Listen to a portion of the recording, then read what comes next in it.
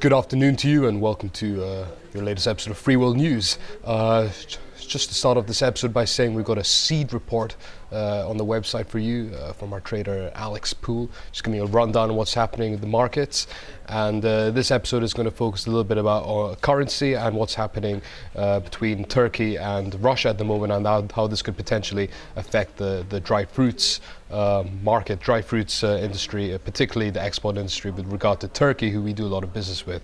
First of all, before I get into all that, I want to ask you a little bit about what's happening with the euro. Well, from about a week ago, we've seen a drop of a little bit more than a cent in the euro dollar, and today the pound is around about 150.50. So there's a continually burgeoning sort of dollar strength.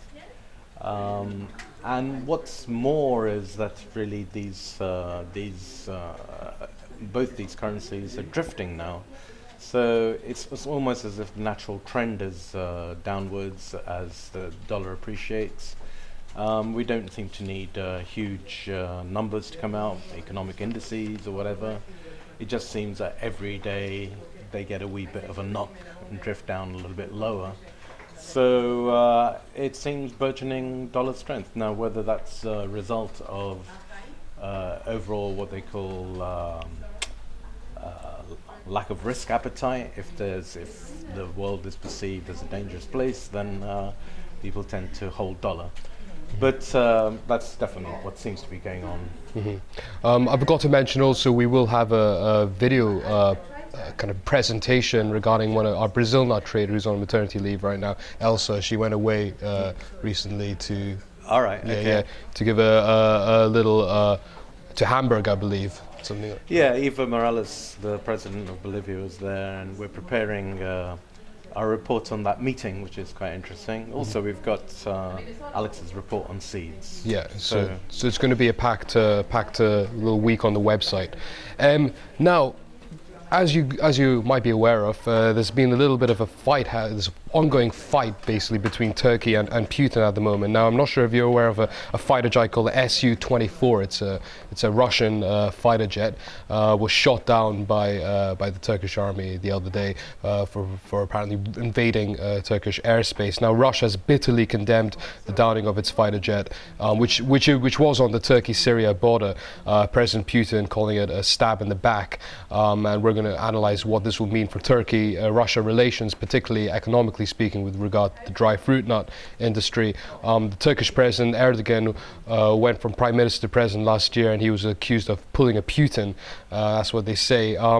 Now, basically, there is a little bit of an ongoing dialogue, hardman dialogue going between these two officials at the moment. And I've got one question to ask you with regard to this. Will these potential Russian sanctions against Turkey, to what extent will they affect the dry fruit market, as in depress it? Well, since the Ukraine issue, we've had a sanction on EU goods and American goods, and that's meant in our terms basically mainly almonds is what's been affected.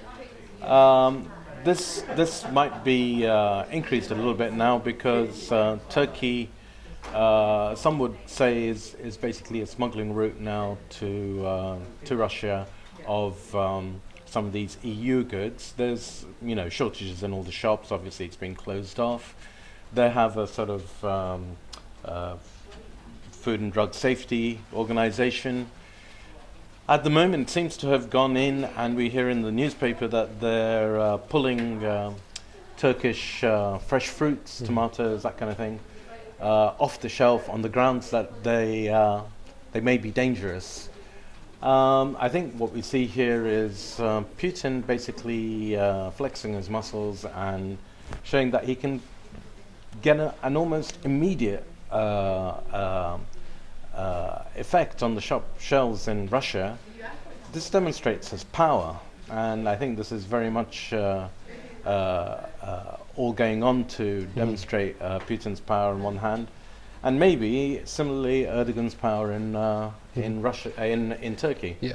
And on the question of power, will his power be tested by a potential smuggling route of US and European Union products into Russia? It looks like that smuggling route is closed now for good, because So we will see maybe we're going to see some stock returns. We're going to see extra long stock holding in Turkey. Russia is Turkey's second largest trading partner. 3.5 million people from Russia go to Turkey for holidays, and when they go, they buy all this stuff, which is basically stuff like dried apricots and hazelnuts and figs and sultanas, all the Turkish produce that we trade in. Will it make a difference? Well, we've got a very short sultana crop, so maybe not. Also, the Russians tend to focus on the cheaper end of the business. But I think it's definitely going to affect overall sales of Turkish dried fruit and nuts, and I think we've got uncertainty as well, which exacerbates the issue. So I would sense that there would be some downward pressure on things like apricots. Yeah. So the question is really, will the economic interest between these countries mean that both these presidents kind of step down from their moral high grounds and discuss things in a more mutually beneficial way? I mean, the sanctions are inevitable response from the Kremlin, given what's happened. But I mean, how long will this continue for? Well, there's a bigger game going on here, really, which is, what actually is Russia up to? Because a lot of the bombings of anti-government forces in Syria by Russia, bombings of the people who the West is supporting. So people are suggesting that maybe Russia is a wolf in sheep's clothing, that kind of thing. It doesn't help, I don't think. We're kind of looking forward to a unified stance against ISIL, but I think the picture's very, very murky, and I don't see any conflict resolution here. I just see increase in conflicts, and therefore I see more volatility, I mean, Turkey buys a lot of gas from Russia. Okay, that's a dependent relationship. Russia gets a lot of its fruits and its veg from Russia, but we've got Turkey, two guys who are almost bashing their chests against each other.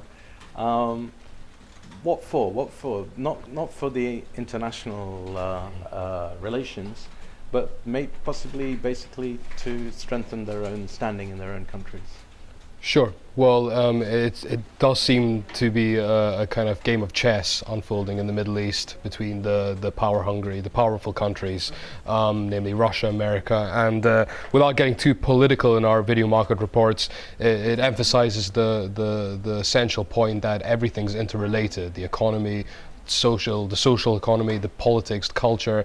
Volatility is a very intricate concept, and it's related not just to do with currency, but also with the weather. We've been talking about El Nino, which is kind of the war which is happening in in the Pacific Ocean at the moment, and various other aspects of this volatility question. So we do watch closely what's happening in Syria at the moment, because it does affect volatility, which in turn affects prices, which in turn affects our trade, so please excuse us if you think we're too political in our videos. It's for a reason. We try to be as objective and intelligent with our reading as we can. So have a good weekend.